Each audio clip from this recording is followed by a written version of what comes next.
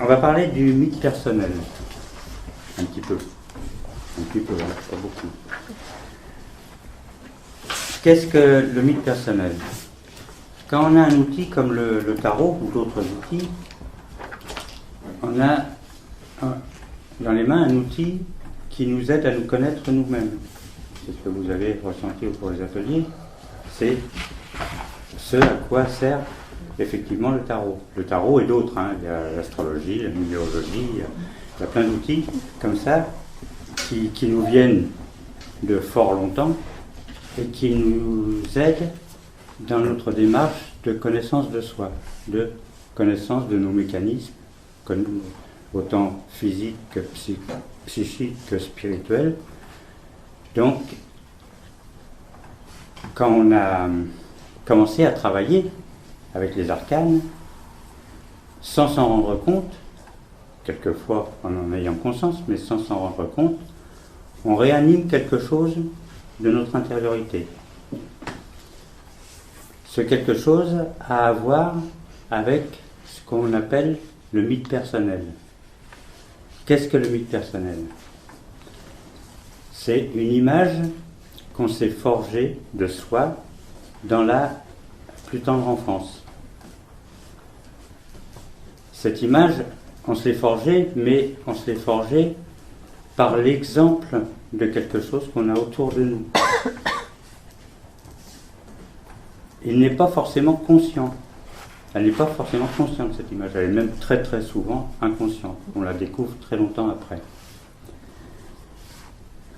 Pourquoi elle n'est pas consciente? Parce qu'elle ne dépend pas que de nous. Elle ne dépend pas que de notre éducation, que de notre milieu familial, que du milieu de la société dans laquelle on vit et tout ça. Elle dépend, cette image, de ce qu'on appelle les archétypes. Les archétypes, on ne peut pas rencontrer d'archétypes. On ne peut que constater de temps en temps leurs effets sur notre vie. Il y en a qui arrivent par inadvertance, bien souvent, presque par pathologie, à contacter un archétype. C'est tellement puissant qu'ils n'en sortent pas tout à fait entiers. Les archétypes sont des formes, c'est pas penser le mot, c'est des formes de conscience qui gèrent l'inconscient collectif, qui gèrent plus que l'inconscient collectif. À vrai dire, Jung pense que les archétypes remontent à bien plus loin encore que l'humanité elle-même. On retrouve des archétypes similaires aussi bien chez certains animaux que chez l'être humain. Et en allant encore plus loin, si on considère que la conscience n'est pas un phénomène uniquement humain, mais que on en a une partie, on a développé quelque chose qui se connecte à cette conscience universelle, on peut considérer que les archétypes sont des moteurs d'évolution qui gèrent la totalité de l'évolution, aussi bien des plantes que des animaux, que des animaux supérieurs, les êtres humains. D'accord? Ce sont des forces, quoi. Ce sont des forces dynamiques. Ouais. Alors, ce sont d'autant plus des forces dynamiques qu'elles ne sont pas figées. Un archétype n'est jamais figé. Il évolue en fonction du matériau qu'il a à transformer. Chez l'être humain, on va en parler de certains archétypes, chez l'être humain, il va agir sur l'inconscient de l'être humain en fonction de son milieu social, de son éducation. Il ne va pas se manifester de la même façon chez telle ou telle personne. Donc il est à la fois très malléable et à la fois c'est une force, c'est une puissance phénoménale. Donc il a une certaine intégrité, mais il est suffisamment souple pour s'adapter à tel ou tel milieu. Le même archétype, alors on s'est aperçu que les archétypes étaient universels. Il y avait, et on s'est demandé pendant longtemps pourquoi chez telle tribu d'Amérique latine, on retrouvait les mêmes façons de penser ou d'agir qu'en Chine ou que dans les fins fonds de la Russie ou en Afrique et tout ça. À vrai dire, l'archétype est universel, donc il va agir de la même manière, c'est difficile à expliquer. Il va agir, il va provoquer les mêmes réponses partout dans le monde, partout dans le règne humain et dans le règne animal aussi, quelles que soient les cultures, mais avec des adaptations justement aux cultures. À vrai dire, c'est la culture qui va adapter ce qu'elle tire des archétypes. Alors, elle va l'adapter d'une façon particulière. Justement, en parlant de ces cultures dites plus ou moins primitives, ces cultures vivaient grâce à des rituels. On retrouve, que ce soit en Amérique du Sud, que ce soit en Chine, on va retrouver dans les structures de la société, dans les structures familiales, dans toutes les structures constructives de la société, on va retrouver les rituels. Alors, il y a plusieurs rituels. Il y a les rituels qui permettent à l'enfant de passer à l'âge adulte, c'est des initiations à l'âge adulte. Il y a des rituels d'accompagnement, il y a le rituel de l'union, il y a les rituels d'accompagnement à la dernière demeure, etc. Tout était ritualisé. Et l'archétype, justement, se sert de ça, du rituel, pour émerger à un certain niveau de la conscience des individus et des groupes sociaux. C'est assez clair là, pour l'instant, parce que c'est très très dur à expliquer. En fait, le rituel, c'est aussi de la symbolique. Le rituel, alors voilà, on y vient. Le rituel se sert de symboles et l'archétype se manifeste par des symboles. Il se manifeste par des symboles, il se manifeste par des synchronicités, il se manifeste par tout un tas d'outils comme ça qui vont pouvoir tirer de l'inconscient collectif quelque chose qui va être amené à la conscience individuelle. Oui, c'est le même langage, quoi. C'est le même langage. L'archétype, le symbole, le rituel, l'initiation, c'est le même langage. Alors, sans vous en être rendu compte, peut-être, ou peut-être en vous en ayant rendu compte, excusez-moi, en commençant à travailler avec les arcanes du tarot, vous avez donc réveillé certains vous n'avez pas réveillé des archétypes même, mais vous avez réveillé quelque chose qui a mis en route un processus d'émergence des effets des archétypes. On ne peut connaître les archétypes que par les effets qu'ils produisent sur la conscience. Sur la conscience et sur l'inconscient aussi. Quand on a parlé une fois des bagages qu'on se trimballait et qu'il fallait nettoyer. Hein? J'appelle ça le sac à dos. Le sac à dos, voilà. Quand on parlait du sac à dos qu'il fallait nettoyer, les archétypes vont nous aider à nettoyer ce sac à dos. Parce que ce sac à dos, il est fait des avatars de l'environnement, de l'éducation. Or, quand on reconnaît l'action d'un archétype, on n'a plus besoin de ces avatars qu'on se traîne de l'enfance à la... Voilà. On va pouvoir incarner réellement ce que l'on est. Mais, bon, en Occident, on a un énorme travail à faire là-dessus, parce qu'on a perdu justement cette ritualisation de la vie. Donc, on est en train de la retrouver petit à petit, des fois d'une façon un peu curieuse, mais donc voilà, il y a cet aspect-là. Alors, le mythe personnel,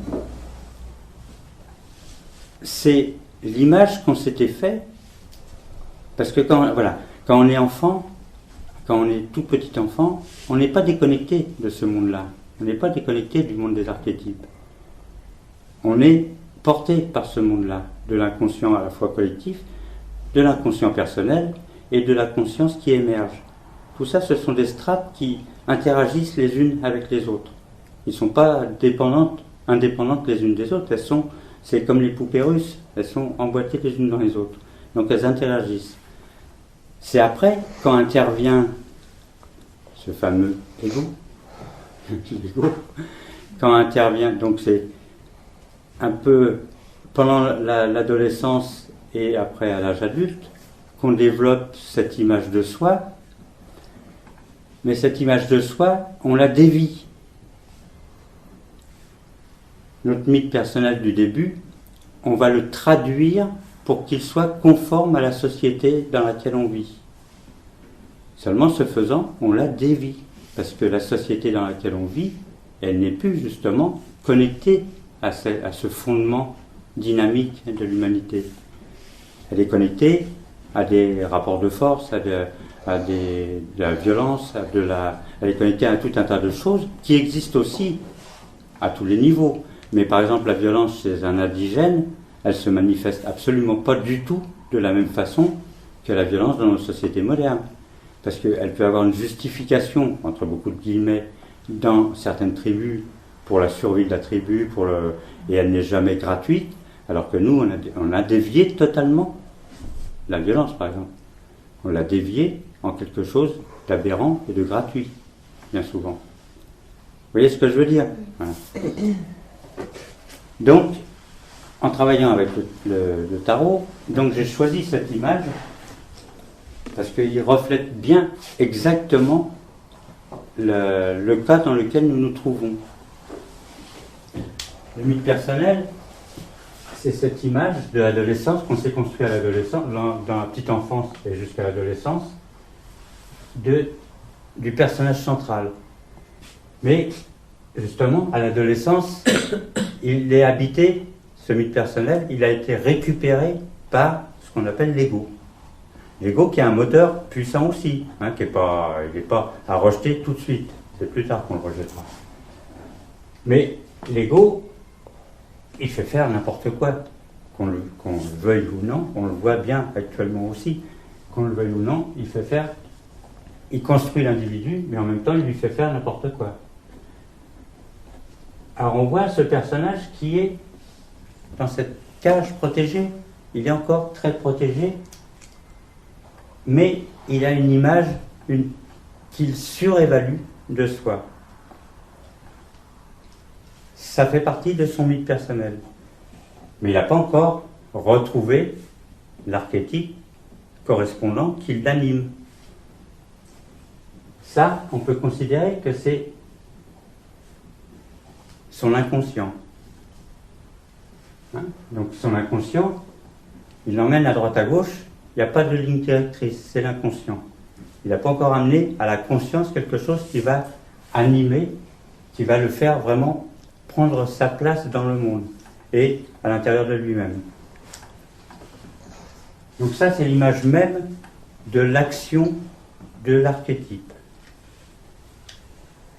Maintenant, il va falloir, grâce aux arcanes qu'on tire, ou à d'autres outils, il va falloir comprendre et accepter, pour pouvoir prendre les rênes, justement, de cet inconscient, pour pouvoir le diriger selon notre désir, au lieu que ce soit lui qui nous mène à lui et à Dia, il va falloir prendre conscience du moteur plus profond qui nous agit, de cet archétype qui nous agit. Et c'est ce qu'on fait en tirant des arcanes. On ne les tire jamais par hasard, les arcanes. Vous en êtes bien conscient maintenant. On les tire parce que c'est le moment de comprendre l'image qu'on a sous les yeux. Et quand je dis des fois que c'est presque pas la peine d'essayer de comprendre, qu'il faut laisser agir l'image, c'est exactement de ça dont je parle. C'est-à-dire qu'il faut laisser agir ce mythe personnel qui est enfoui au plus profond de nous et qui petit à petit va émerger. Ce mythe personnel, il a des côtés positifs, puisque c'est une dynamique qui nous construit. Mais il a aussi, à cause de l'ego, des côtés négatifs. Et c'est ce nettoyage qu'on fait petit à petit, au fur et à mesure qu'on avance dans la connaissance de soi, dans la connaissance de nos structures, de nos façons d'être, de nos façons d'agir, et tout ça. Donc je vais vous citer, bon, je vous donnais ça à titre d'introduction pour pouvoir continuer, pour pouvoir aller un petit peu plus loin. Donc selon Jung et puis d'autres après lui, les principaux archétypes, je vais vous les citer. Si ça vous intéresse, c'est pas forcément la peine de les copier, à part s'il y en a quelques-uns qui vous interpellent. Sinon, vous les retrouvez sur Internet. Vous tapez Jung, les principaux archétypes de Jung, et il y a un site qui est très très bien fait. Donc, les principaux archétypes, selon Jung, c'est l'innocent. Après, on en parlera un petit peu. L'innocent, la victime. L'innocent, il est souvent associé à la victime. L'homme, la femme, et parallèlement, l'animus et l'anima. L'animus, c'est l'aspect masculin chez la femme, le côté masculin de la femme, et l'anima, c'est le côté féminin chez l'homme. Le guérisseur, l'amoureux, ou amant, ou amante, selon. Le bouffon ou fou de roi, le hors-la-loi, l'explorateur, pionnier, découvreur. Attends, je les ai, moi. Oui, mais j'ai besoin d'écrire. L'explorateur, pionnier ou découvreur. Le créateur, le médiateur, le libérateur. Le guerrier, le héros et le chevalier. Le magicien, le guérisseur. Le sage, le patriarche, l'ancien. Le roi, la reine ou le dirigeant. L'enseignant, le transmetteur. Le père, la mère. La grand-mère qui est associée à la sorcière, à la marâtre, à la fée, à la muse et à Gaïa. Le soi, c'est l'archétype de la totalité. Le soleil, c'est l'imago Dei, c'est l'image du Dieu extérieur. L'ombre, c'est l'inconscient personnel. L'arbre de vie, l'androgyne, le fripon divin ou génie malicieux. Et la persona, c'est le masque social. Alors ça, ce sont les principaux archétypes. Il faut bien se mettre dans la tête que ce ne sont pas des personnes. Ce ne sont pas des entités personnifiables et personnifiées. Ce sont des forces qui travaillent en dehors de toute considération de bien, de mal, de tout ça, ça n'a rien. Ce sont des forces qui travaillent dans l'évolution même des êtres et qui vont infléchir l'action. Alors, là, il faut croire à quelque chose. Il faut croire que l'évolution va dans un certain sens, dans un sens de la, on va dire, de l'amélioration, de la perfection. Et que cette évolution, elle a ses propres outils pour évoluer justement dans ce sens. Elle se sert donc de ses archétypes. C'est son moteur. C'est le moteur de l'évolution. Ce n'est pas le moteur de l'évolution uniquement humaine. C'est le moteur de l'évolution en général. Puisqu'on va retrouver ces archétypes sous d'autres formes chez les animaux, chez les plantes. Ça va très loin. Donc ce sont des forces, c'est une puissance dynamique qui nous fait évoluer. On peut en prendre conscience, donc on peut les aborder grâce aux symboles, et donc notamment les arcanes du tarot. Quand on médite, quand on fait la petite méditation, après avoir tiré son arcane, on médite sur l'image, le nom et le nombre, on va animer quelque chose en nous qui va aller résonner, se mettre en harmonie avec notre image personnelle, notre divinité intérieure, notre archétype. D'accord? Voilà, bon, si vous voulez, je peux vous dire tout. C'est très complexe et très... Là, on va tirer un arcane. Donc là, maintenant, à partir de là, ça c'était en introduction, maintenant on va faire le travail qu'on fait habituellement. Mais et en relation... en ayant à l'esprit que quand vous allez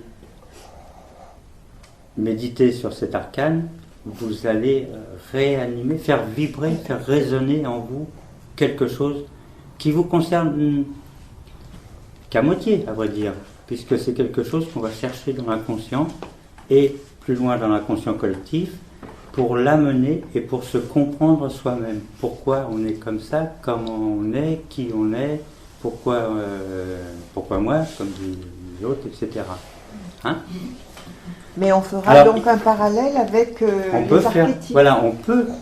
Je vous ai donné quelques exemples d'archétypes, il y en a d'autres.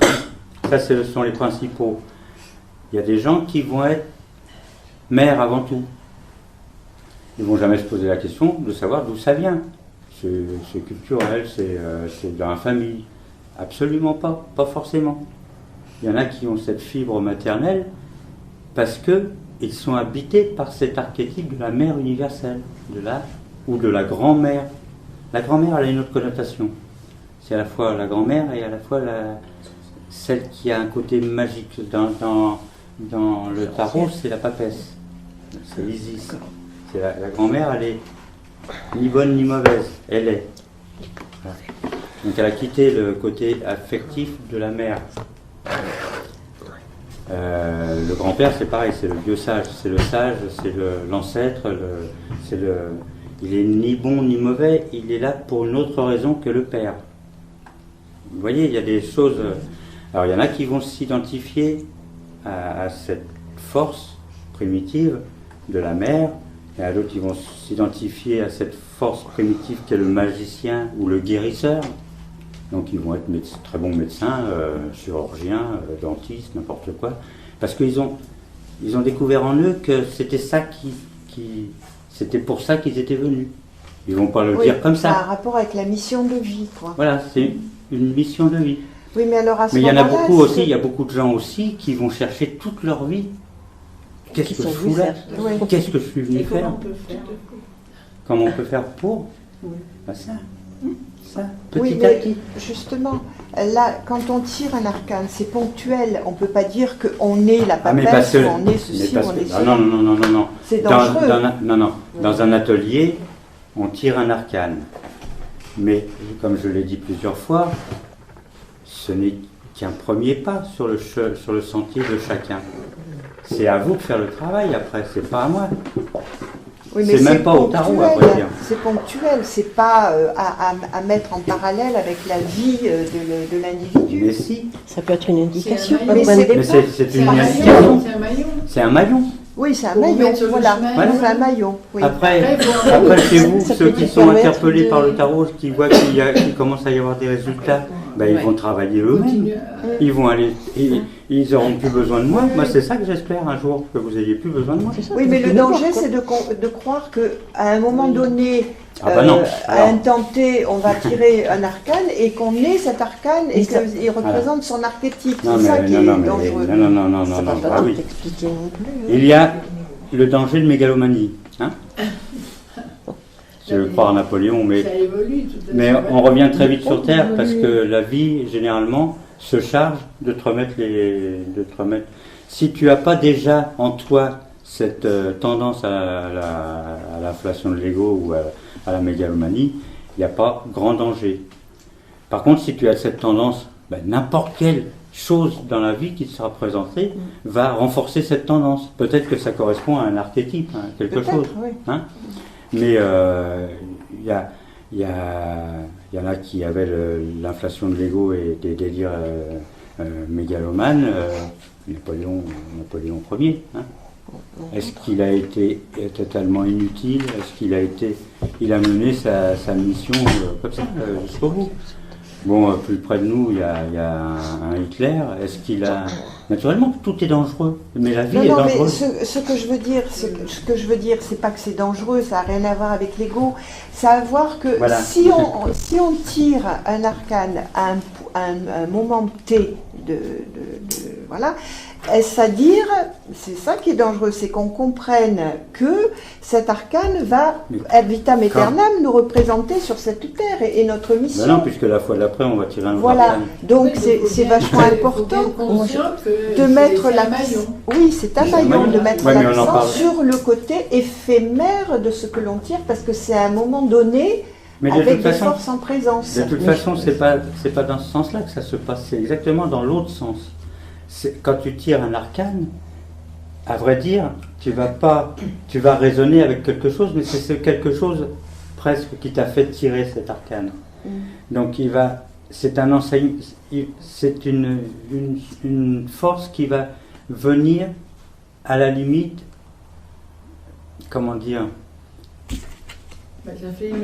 ça fait émerger quelque chose, et cet arcane va rentrer en résonance avec ce quelque chose qui émerge. D'accord, mais à un moment précis. Mais c'est pas l'arcane lui-même qui va aller chercher l'archétype et je pense aussi qu'on peut dépendre de plusieurs, plusieurs arcanes. Et puis donc ça peut être révélateur à un moment précis, donné, voilà. d'un côté de notre nature.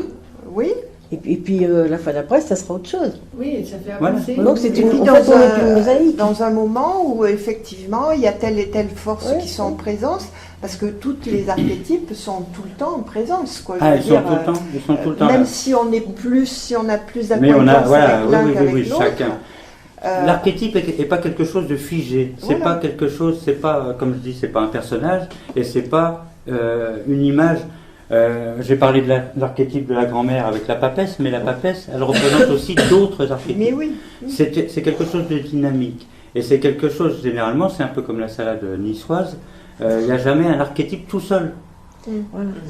C'est un savant mélange, et on va faire émerger telle ou telle qualité plutôt que telle autre, parce qu'on a telle ou telle tendance, ou on est dans tel ou tel milieu. Situation, oui, voilà. Situation ponctuelle, oui. Voilà. Là, donc, je comprends mieux. Il n'y a pas de danger d'inflation de l'ego, à part si tu as déjà une inflation de l'ego, et que tu prends pour Napoléon à tout bout de champ. Je ne mets pas l'ego là-dedans, c'est... il joue son rôle, l'ego. Oui, d'accord, mais... C'est pour ça qu'on fait une méditation, c'est pour essayer de se dégager de cet ego pendant quelques instants pour pouvoir raisonner avec l'image et avec ce qu'il sous-tend. Mais d'être bien conscient que c'est ponctuel et que ça dépend des circonstances de la vie, quoi, et des moments.